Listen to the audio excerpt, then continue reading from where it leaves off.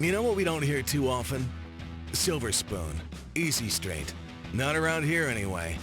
Around here it's always been about work, hard work, teamwork, because Cougars have each other's backs. When we show up, we all show up. It's more than just a ball cap and a license plate. We love our school. We love our team. What we want to know is, how bad do you want to see them win?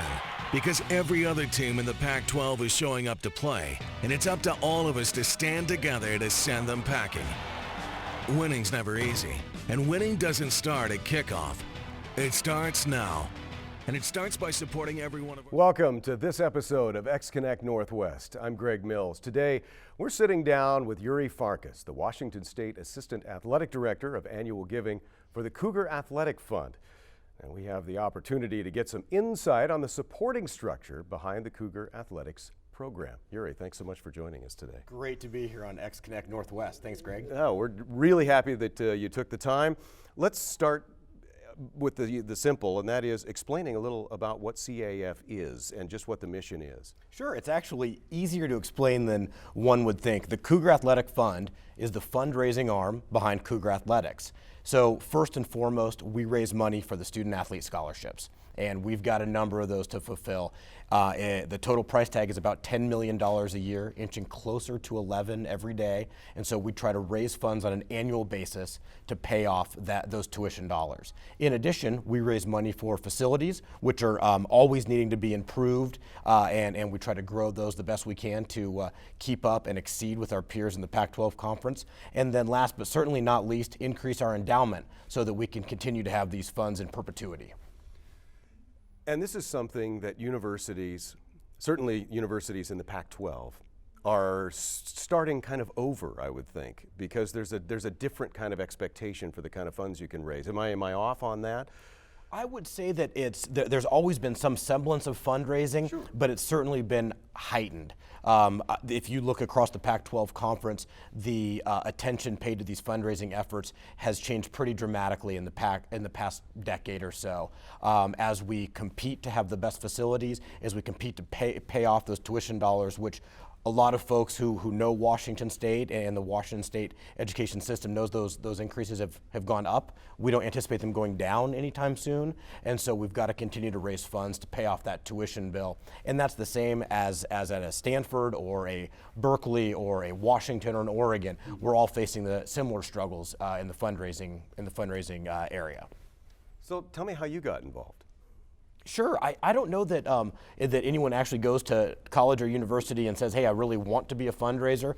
Folks seem to fall into it. I had a unique opportunity at one point where I was serving student athletes as an academic advisor. And that was a very enlightening role for me. And throughout that process, I thought, well, this is neat, but one of the things that I would really like to do is externally focused and be able to have some conversations and bring some dollars back into a university. So I had an opportunity to do that at the University of Oregon, then at Cal Berkeley, and now very, very pleased and honored to be at Washington State doing that. Tell me what some of the differences are working for different universities. Some of the things that change a little bit, or the things that you have to adjust to when you move from one institution to another. Sure. Well, first and foremost, you change your wardrobe. And so I'm very delighted to wear the crimson and gray and be welcome, and it's a very, very much a family feel here, and so that's been a wonderful opportunity for my family and myself. I can let you know at a school like Washington State, we're very focused in three areas, and as I said before, one, that's tuition dollars that are going to help pay for the student athletes to attend school. Two, that's facilities, and three, that's our endowment. At my previous employer at Cal had a wonderful donor base, and they did tremendous things, but they were set up a little bit differently. They had sports fundraise for themselves, and so different fundraisers would be assigned to different sports. So they did it a little bit more individually. It's a little bit more of a team effort here at Washington State. I think that's one difference. I think that's pretty easy to point out, just as far as even within our own conference, the different ways in which people may choose to fundraise. So if we talk about fundraising kind of in general, what's different about CAF fundraising than just general fundraising like for the university or other arms of the university fundraising effort? Sure. Well, one of the things that we're so proud of at the Cougar Athletic Fund is we look at alumni and donors and potential donors from Washington State, and nobody majors in athletics at Washington State, so we sort of view the entire population as folks who may want to help us out. We also view folks who didn't attend Washington State. There may be some folks who grew up that were diehard Cougar fans that chose to attend a different university, but they just still bleed crimson and gray, and those are folks that we want to reach out to as well. So I would say our umbrella and our opportunity to get out in front of more people is certainly very exciting for us, and I hope that we can provide a wonderful window into the university, or a front porch, if you will. A lot of folks, their first view of the university may be a Cougar football game on a Saturday, or turning on ESPN Game Day and seeing Old Crimson wave. Those may be some of their first images of Washington State, so we hope to be a good steward and then to work in concert with the university to bring some dollars in. Tell me a little bit about what a day looks like for you. I can see a lot of different directions you could be going on any given day, and a lot of different parts of a personality that would be necessary to do the job that you do. Kind of run me through it a little bit. No problem. I would have to say that it might be a little bit difficult if you are highly introverted to be in one of these positions, because you're on the phone, you're responding to emails, text, tweets, and then doing a lot of in-person stuff with folks. So if you like to be out and about and you like being around people and discussing something you're passionate about, like higher education and athletics, it's a phenomenal position. I can tell you that no 2 days are the same. A kind of a fun and hectic day not too long ago. It was the Monday before our first football game, and we're sitting around preparing for all of our guests that are coming in. We're arranging buses to get from the Tri-Cities and Spokane to come to the Cougar game, and we find out that morning that Klay Thompson's going to come visit with his NBA trophy. And all of a sudden, we were asked to put together a event for about 500 of our CAF donors to let them meet Klay, get a picture with him. Again, we want to reward the folks that have been so good to our program. And so next thing you know, we're in the middle of game week, and we're preparing a 500-person event the Friday before kickoff. And that goes back to working with the caterers, who are all set for a Saturday with 30,000 people, and now throw another 500 on top of that the night before. So those are kind of the crazy things that pop up, but never a dull moment. We're looking at football season right now, and as we look to support that team, we're looking at soccer making amazing progress and how we can support them in their efforts as they look to a potential NCAA bid. Our outstanding volleyball team that's doing the same, how we continue to build support around those things that are in season, and then always keeping our eye on what's coming down right after the holidays, where we'll jump into the basketballs and then baseball right around the corner, and crew and tennis, and away we go. Yeah, indeed. Oh, it's 24/7. It sounds like. You bet. Tell me a little bit about some of the projects you have going on right now. Sure. One of the things that we're really excited about is we have a campaign underway, one, to increase membership in the CAF, and also to raise awareness. Right now, we have about 6,000 members of the Cougar Athletic Fund, and which is we're so proud of, and it's grown exponentially over the past few years. We sort of got high-centered the past 2 years, and that number stayed at 2,000. We looked at some innovative ways in which how do we move the needle? How do we grow this to get to 7,000 as the next barrier? And so we decided to work with a company out of Texas that specializes in helping athletic departments. We put together a video. We redid a website, so made ease of giving better. And then we've done what I think has been a really fun email campaign to go out. We've enlisted the help of some Cougar celebs. I know is much fun as it is for folks to receive an email from me on Monday morning, way cooler to receive one from Drew Bledsoe. Indeed. So we've had a lot of fun with that. We've been able to get some former student athletes in the fold, and we're asking them to ask our donor prospects out there to step up and join the Cougar Athletic Fund. And we did this in a way in which we wanted to try to get to 7,000 members before kickoff of our game versus Cal on October 3rd. And so we sort of put a timeline around it. We've had some fun videos. We have another slew of great emails going out. I think folks will be excited to see the name that pops up in their inbox. And so that's been really fun for us to work on, and a great way for us to attract, talk to people in a way in which they're used to receiving information now. And that's email, and that's Twitter, and that's Facebook, and that's been fun for us. Sure. And we have a question from somebody who was watching on the live stream. Barrett wants to know about the indoor practice facility and what the progress or what the idea is going on there. Great question, Barrett, and thank you for asking. It is absolutely one of our top 2 priorities as far as facilities, the other one being our baseball clubhouse.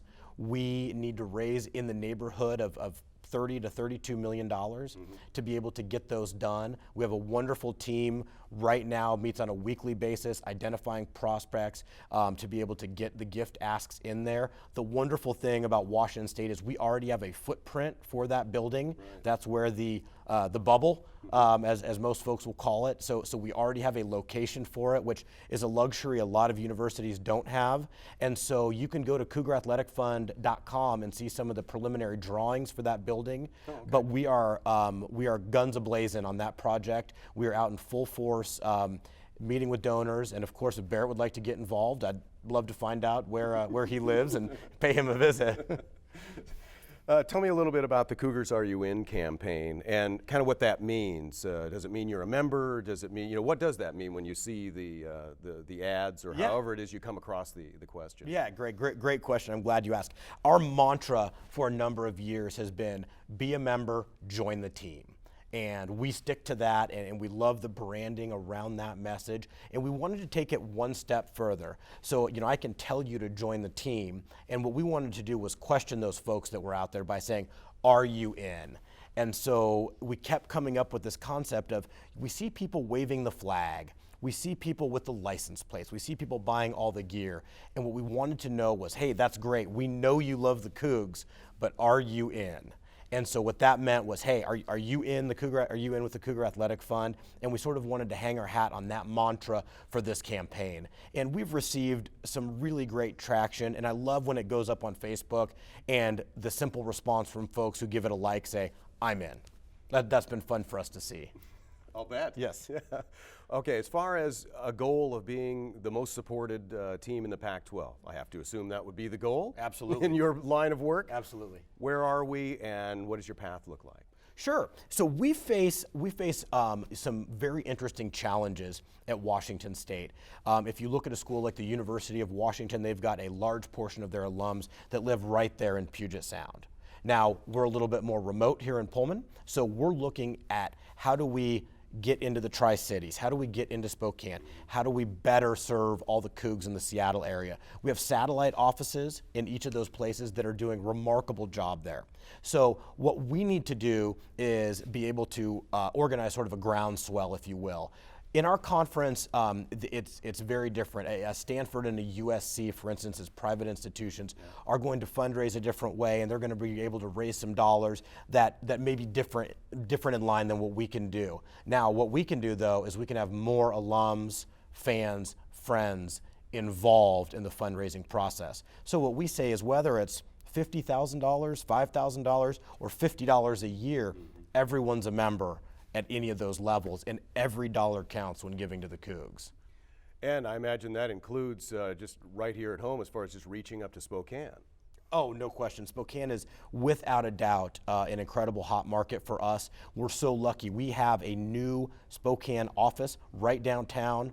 There is a Cougar Connection store there. CAF members get 10% off anytime they roll in. There's a ticket office in there. We arrange buses for folks that come down to the games. So we're really a full service athletic fund and ticket office right out of the downtown Spokane. Yeah, the timing has been pretty good, I suppose, with the size of the campus in Spokane gaining, and of course the medical school conversation as well, and all of the campus changes up there in Spokane. We're so proud of it, and being a part of a university that is, I mean, I don't know of many other universities out there that are getting a new medical school, and especially with the news that it'll now be named after Dr. Floyd. Our Department of Athletics, our Director of Athletics, Bill Moose, made that announcement to some of our donors and benefactors, and it was a standing ovation. It was just remarkable. We're so proud of the university and proud of Spokane to be able to get that, and knowing that we're up there too to serve all of those people who are interested in coming to a Cougar athletic event. You bet. Tell me real quickly where you can go if you want to get more information about the CAF. Absolutely. You can always go to CougarAthleticFund.com. Piece of cake, couldn't be easier. And right now for our campaign, CougarsAreYouIn.com. That's pretty good. Pretty good, right. Pretty easy. Right there. Well, it certainly has been fantastic having you along here today. We appreciate it. Oh, always great to come up to the Morrow School. This is just a fantastic opportunity for us and get to share some time with you and all the students that are working hard on this broadcast. So great to be up here. Great stuff. Thanks, Yuri. Thanks for joining us. Thanks for you at home for helping out. We hope you enjoyed today's show. Remember, you can stay connected with us all week by tweeting us, liking us on Facebook, adding us to your circle on Google+, or emailing us at kwsutv@wsu.edu. Send us those show ideas as well. If you missed any part of today's show, don't worry about it. It will all be available online at nwptv.org. I'm Greg Mills. Thanks for watching. We'll see you next time on air and online. And it starts by supporting every one of our student athletes, on the field, in the classroom, wherever they go. Because you can't become the best if you don't commit the effort it takes to be the best. So we know the question. Isn't, do you love your team? Do you love your team? The question is, The question is, Are you in? Are you in?